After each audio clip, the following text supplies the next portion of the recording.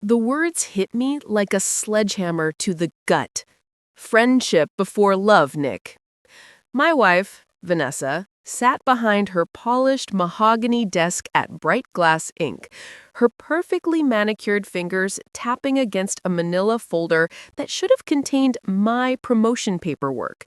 Instead, she slid it across the desk to Rachel Morrison, her college roommate, the one who had only been with the company for 11 months. 11 months. I'd been grinding away here for 7 years. "You've got to be kidding me," I said, my voice barely above a whisper. Suddenly, the corner office felt like a tomb, all glass walls and sterile surfaces. Outside, the Massachusetts autumn painted the trees in shades that felt a lot like betrayal. Rachel, sharp-eyed and blonde, like a hawk sizing up prey, accepted the folder with a smile sharp enough to cut glass. "Thanks, Vanessa. I won't let you down." "I know you won't," Vanessa replied, not even looking at me. My wife of 12 years, the woman I supported through business school, through every late night, every work crisis. Rachel understands what it means to be a team player. The implication hung in the air like smoke after a house fire. I wasn't a team player. I was just the husband. 7 years, I said, standing from the chair that suddenly felt too small. 7 years I've been running operations for this company.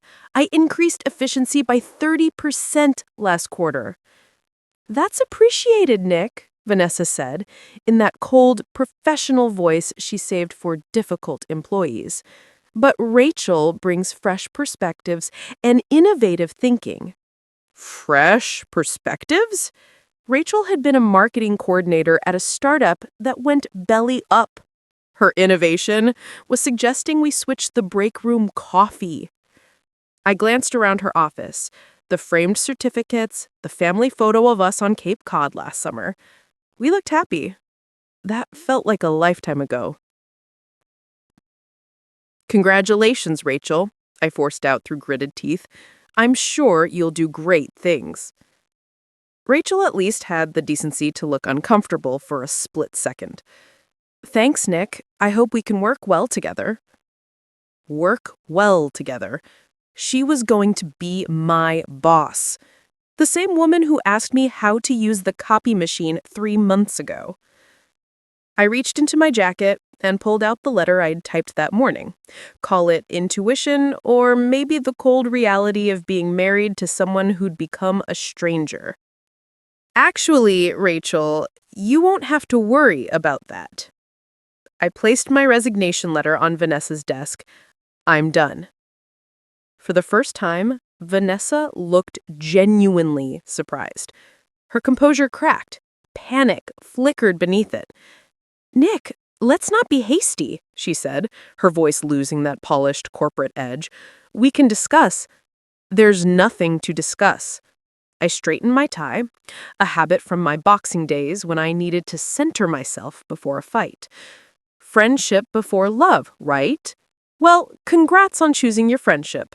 I hope it was worth it. Before Vanessa could respond, the office door burst open.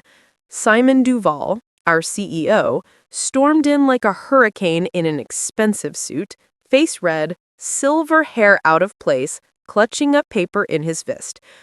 "What the hell is this?" he barked, waving my resignation letter. "Nick Ali is quitting? Have you lost your minds?" Vanessa went pale. "Simon, we were just—" "You were discussing promoting some rookie over the guy who's been holding this company together?" His voice probably echoed 3 floors down. "Ali, sit down. We need to talk." "No need," I said calmly. The storm inside me had blown out, leaving something cold, steady. "My decision is made." Duval looked between Vanessa and Rachel like someone trying to solve a puzzle with missing pieces. "This is amateur hour, complete nonsense." He read the resignation letter again, his jaw tightening. When he looked up, there was something like respect in his eyes. "You sure about this, Nick?" "Never been more sure." He nodded, then turned to Vanessa and Rachel. The temperature in the room dropped 10 degrees. "Ladies, we need a very serious conversation about judgment and priorities." He returned his attention to me. "Nick, if you change your mind, my door is open." "I appreciate it, sir, but I won't." Shaking his hand. As I walked away, I felt Vanessa's eyes burning into my back. At the door, I paused. "Oh, and Vanessa, when you get home tonight, we need to talk. I found your phone this morning, the one you thought you'd hidden so well." Her face drained of color. Rachel looked confused, but Duval suddenly understood more than he wanted to. I walked out with my head high, leaving behind 7 years of loyalty. But I was taking something with me. A burning desire to show them all what kind of mistake they'd made. In the elevator, I finally let myself breathe. Vanessa's burner phone had been a gold mine. Messages with Eric Sloan, late-night work sessions, hotel receipts, and plans that went far beyond sabotaging my promotion. She'd been planning a future without me. And she underestimated me. They all had. By the time I drove out of the bright glass parking garage, I already knew my next move. The house felt different when I got home. Maybe it was the late October light casting long, sharp shadows. Maybe it was just that I was finally seeing things clearly. Vanessa wouldn't be home for hours. Strategy session. Code for drinks and gossip. Plenty of time. I went straight to our bedroom and opened the bottom drawer of her nightstand. The burner phone was right where I found it that morning. The messages between her and Eric were a roadmap to betrayal. Eric, "Husband's getting suspicious. Maybe we should cool it." Vanessa, "Don't worry. Nick's too focused on work to notice. After Rachel gets the promotion, he'll probably quit. Problem solved." Problem solved. I laughed, a cold, bitter sound. I kept reading. Hotel receipts, plans, even discussions about handling the divorce. She'd already consulted a lawyer. She wanted the house, half my retirement, and alimony. Thorough. Diabolically thorough. My phone buzzed. A message from Marcus Mac McCarthy, my old boxing cornerman. "Mac heard you quit Bright Glass. Everything okay?" Small town gossip traveled faster than Wi-Fi. I texted back. "Long story. Beer tonight?" "Always." "Lantern at 8. Perfect. I spent the rest of the afternoon checking Vanessa's hiding spots. Emails between her and Rachel about managing the transition after my departure. More receipts. More lies. She thought she'd outplayed me. She had no idea what was coming. I even found a draft of a performance review she'd never submitted, full of fabricated complaints about my attitude problems and resistance to change. She had been building a case against me for months, creating a paper trail to justify pushing me out. Rachel getting the promotion wasn't the beginning. It was the final move in a game I never even knew I was playing. By the time I heard Vanessa's car in the driveway, I had photographed everything and put it all back exactly where it was. I was sitting in my recliner, watching the evening news when she walked in. "You're home early," she said, dropping her purse by the door. She looked tired, stressed. "Funny thing about quitting your job," I replied, not looking away from the TV. "Suddenly, you have all this free time." She moved around the kitchen, banging cabinets harder than necessary. "We need to talk about what happened today." "Do we?" "Nick, I know you're upset, but you have to understand the position I was in. As head of HR, I can't show favoritism, even to family." I finally looked at her. Vanessa was still beautiful at 34, with dark hair and green eyes that once made me forget my own name. But tonight, All I could see was calculation behind those eyes. Favoritism, I repeated quietly. Is that what 7 years of dedicated service would have been? You know that's not what I meant. Actually, I'm not sure I know what you mean about anything anymore. I stood, walked to the fridge, grabbed a beer. How was your strategy session tonight? Something flickered across her face. Fine, we discussed some upcoming policy changes. Must have been fascinating. You were gone for 3 hours. We went for drinks afterward. Team building. I nodded slowly. Team building. With Eric. The glass she was holding slipped from her fingers and shattered on the floor. The sound was sharp. Final. What did you say? I asked if Eric was at your team building session. Simple question. She knelt to pick up the glass, hands shaking. Eric's in product development. He wouldn't be at an HR meeting. Different department, I said. Wouldn't want any favoritism. When she looked up at me, I saw it. Real fear. She didn't know how much I knew, but she knew enough to be afraid. Nick, what are you getting at? I finished my beer and set the bottle on the counter. Nothing. Just making conversation with my wife. Although I guess that's getting harder to do these days. I stepped around the broken glass and headed for the stairs. I'm going out for a while. Don't wait up. Where are you going? I paused at the bottom of the stairs. She was still kneeling, surrounded by broken glass, looking smaller than I'd seen her in years. Team building, I said, with an old friend. The drive to the lantern gave me time to think. Vanessa had made her choice. Now I was making mine. She wanted to play games? Fine. But she was about to learn I understood the rules better than she ever imagined. And unlike her, I played to win. The lantern looked exactly the same as it had for 15 years. Scarred wooden bar, neon beer lights casting a red and blue haze, the smell of cigarettes and regret baked into the walls. Mac was already in our usual booth, a pitcher of beer waiting. Marcus McCarthy looked like a mechanic straight out of Central Casting. Big shoulders, grease-stained hands, a face carved from hard years. But behind that blue-collar exterior was one of the sharpest minds I'd ever known. You look like hell, he said as I sat down. Feel worse. Thanks for meeting me. What are friends for? He studied me carefully. So what happened? Word is you walked out pretty dramatically. I told him everything.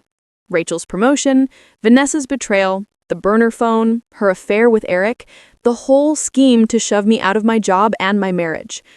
Mac didn't interrupt once, but with each detail, his expression darkened. Jesus, Nick, that's cold, even for corporate types. It gets better, I said. I think they've been planning this for months. What are you going to do?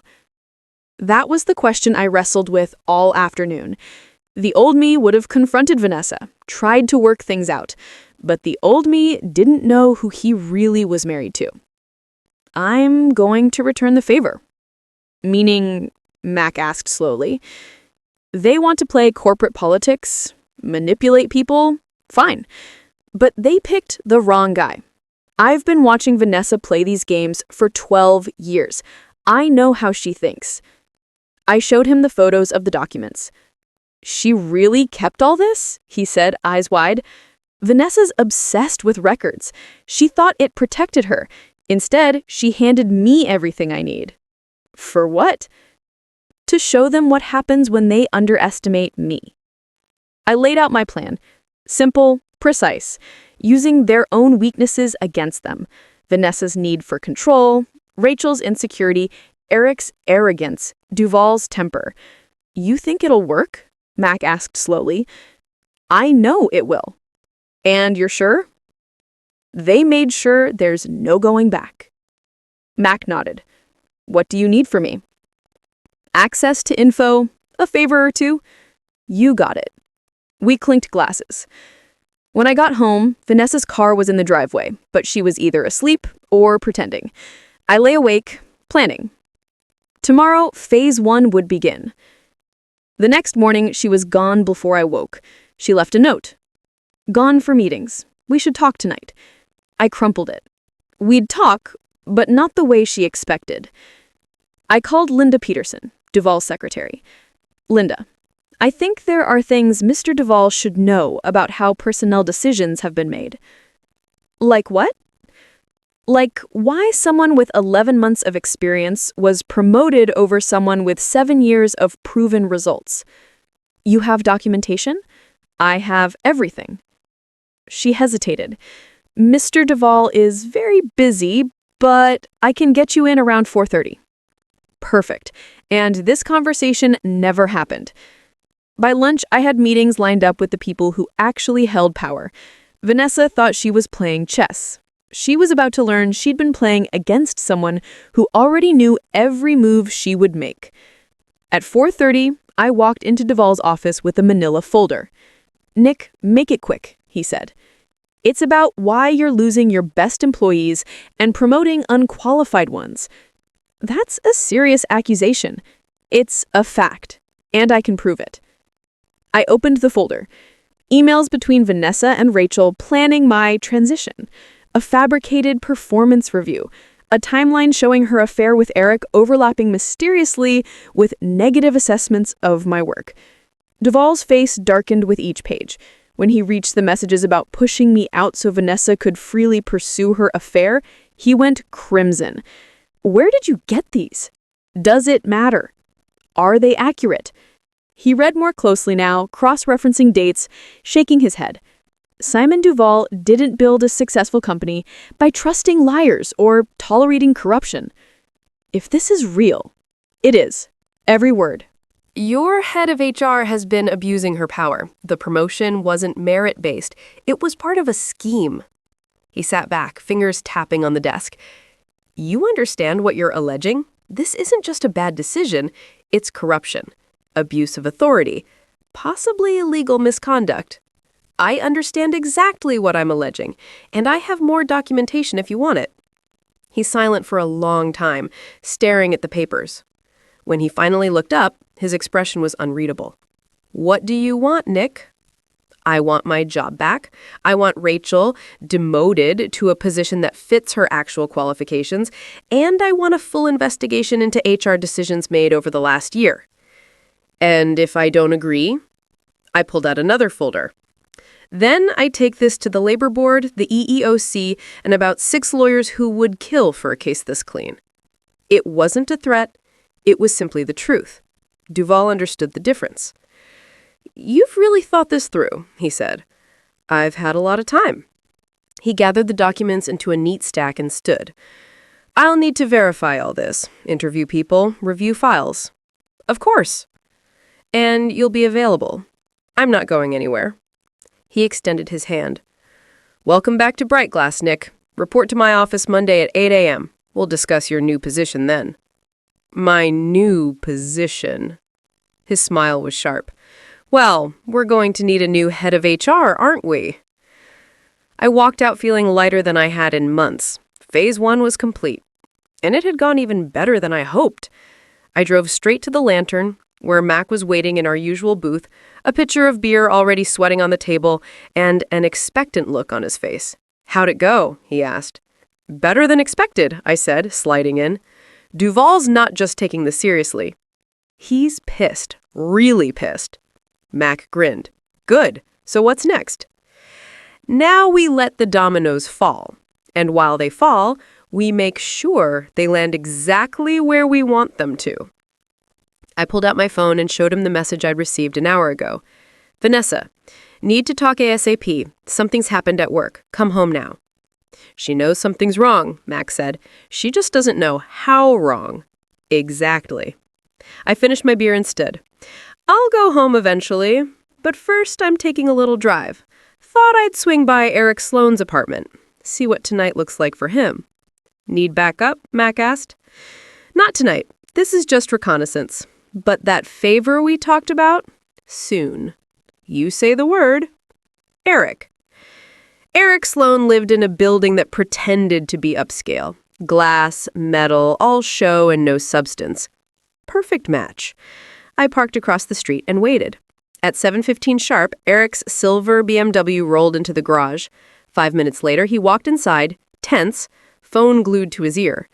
Even from a distance, I could see it. The panic. Good. Let him sweat. I give it another hour, watched the lights in his apartment flick on, and then drove home to face Vanessa. Vanessa. She was pacing the living room when I walked in, clutching her phone like a lifeline. "Where have you been?" she snapped. "I've been calling you for hours." "I had business to take care of," I said, shrugging out of my coat. "What's the emergency?" She stared at me like she was suddenly seeing a stranger in her own house. "Duval called me in this afternoon.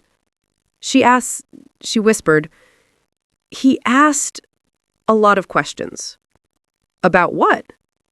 "About you. About Rachel's promotion, and about..." She swallowed. "Other things." I asked lightly. "What other things, Vanessa?" Her breath shook. "What did you do?" I finally turned to face her. "I told the truth," I said simply. "Something that's been in short supply around here." The color drained from her face. "What truth?" she whispered. "All of it." She collapsed onto the couch, like her legs had failed her. Oh, God, Nick, you don't understand. This will ruin everything." "Everything for who?" I asked. "You? Eric? Rachel?" Tears welled in her eyes, but I felt nothing. Not anymore. "What do you want?" she whispered. "I want you to understand what it feels like to lose everything you thought was safe. I want you to taste betrayal, and I want you to know this." I walked toward the stairs. "You brought this on yourself." "This isn't over," she called after me. I paused at the top of the stairs. "You're right," I said. "It's not." Monday. Monday morning felt like Judgment Day.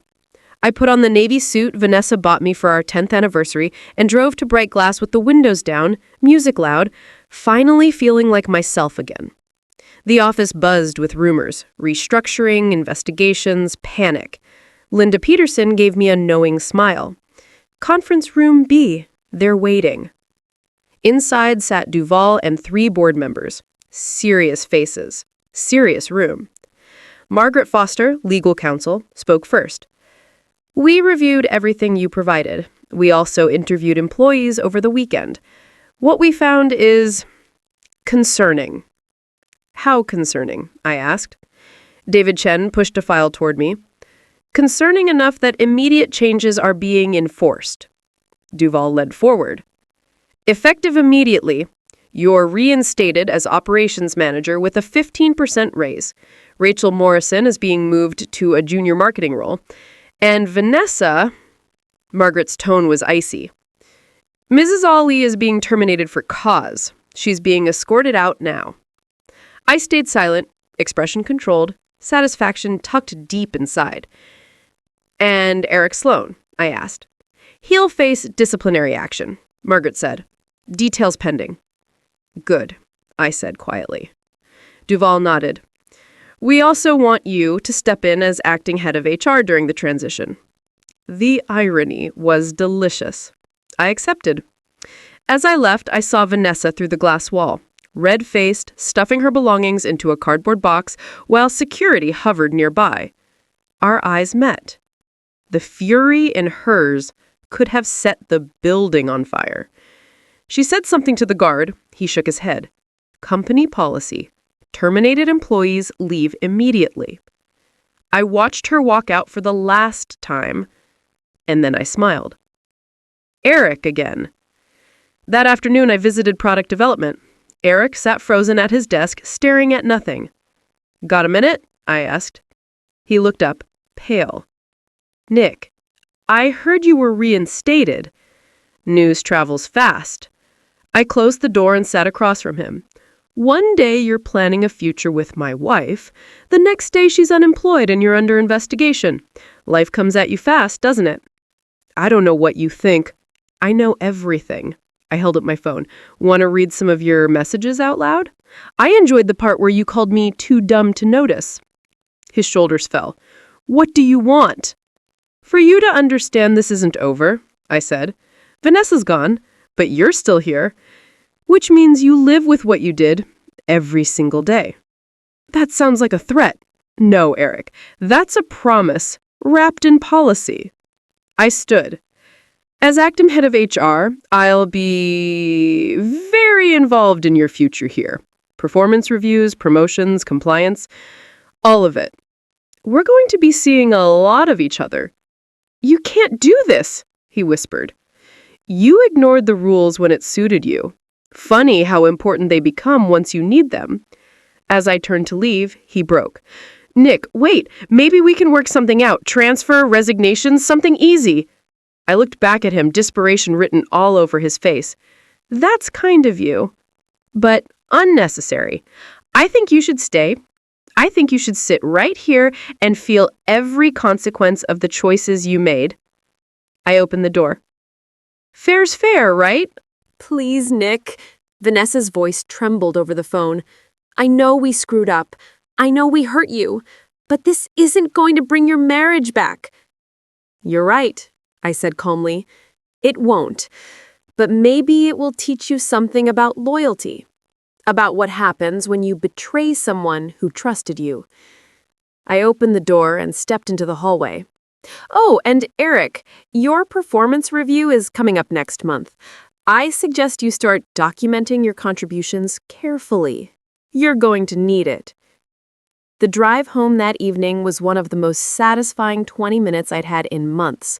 Vanessa's car wasn't in the driveway. Probably at her sister's, maybe a hotel. Fine by me. I poured myself a scotch and sank into my recliner, staring at the backyard where we'd once dreamed of planting a garden, maybe getting a dog, building a life that seemed possible when we were young and naive. Those dreams were gone, shattered by her ambition and betrayal. But in their place had grown something harder, sharper, focused, something that would serve me well in the battles ahead. My phone buzzed with a text from an unknown number. You think you've won, but this isn't over. You'll regret what you've done. I deleted it. Vanessa could threaten all she wanted. She had already played her best cards, and I had beaten her with a better hand. Now it was time to collect my winnings. 3 weeks later, settled into my new role as permanent head of HR, the real test arrived. Vanessa had made her move during her unemployment. I was reviewing quarterly reports when Linda's voice came through the intercom. Nick, there's a gentleman here from the State Labor Board. He says he needs to speak with you about a complaint. My stomach tightened, but my voice stayed steady. Send him in. The investigator, Robert Hayes, thin, methodical, and in his 40s, walked in like someone who could see a lie from across the room. Mr. Alley, I'm here about a complaint filed by Vanessa Alley regarding her termination. She alleges wrongful dismissal, retaliation, and abuse of process. I see. And what would you like from me? Original documents, any supporting evidence. I opened my desk drawer and pulled out a thick folder, perfectly organized. Everything's here.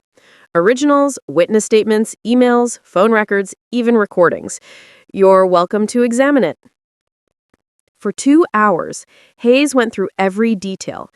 Emails between Vanessa and Rachel, fabricated performance reviews, hotel receipts, witness statements. Most damning were the recordings. What are these?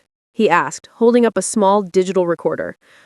Audio of Vanessa and Rachel recorded over several weeks in Mrs. O'Malley's office. How did you obtain these? I smiled.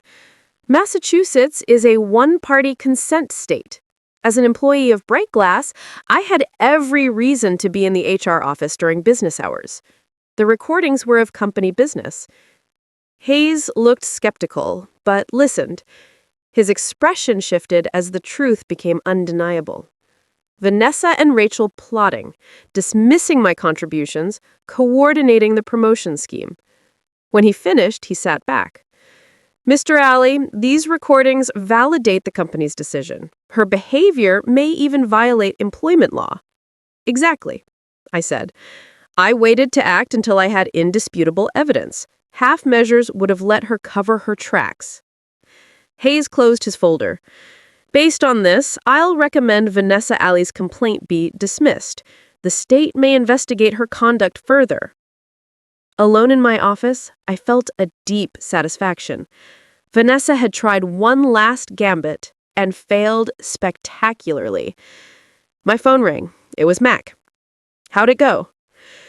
Better than expected. Vanessa just made things worse for herself. Free for a beer tonight? I've got news involving Eric Sloan and his fancy BMW. I smiled. I'll be there at 8.